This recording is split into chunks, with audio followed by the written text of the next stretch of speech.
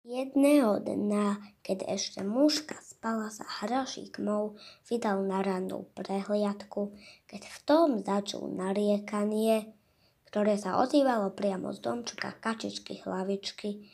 Išiel späť domov, aby dobudil mušku, aby sa išli do kačičkynho Hlavičkynho domčeka pozrieť spolu.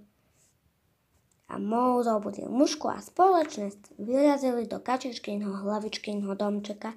Prečo plačeš, kačička? Opýtali sa dvaja kamaráti. Plačem preto, lebo sa mi trošku pokazil domček. Stále mi tu vypadáva elektrina a steny mám už zodraté, povedala im smutne kačička Hlavička. V tom Mou a muška nevedeli, ako majú kačičke Hlavičke pomôcť.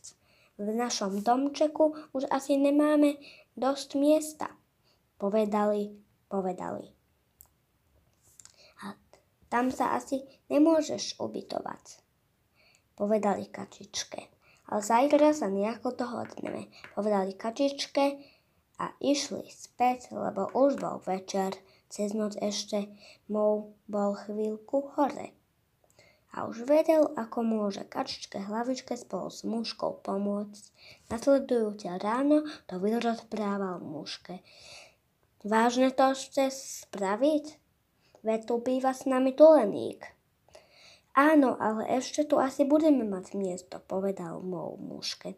A išli o tom pláne povedať aj kačičke Hlavičke. To by ste pre mňa urobili? Opýtala sa ich kačička.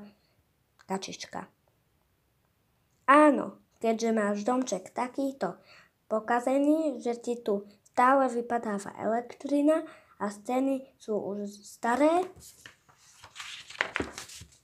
tak náš domček je modernejší než tento tvoj starý.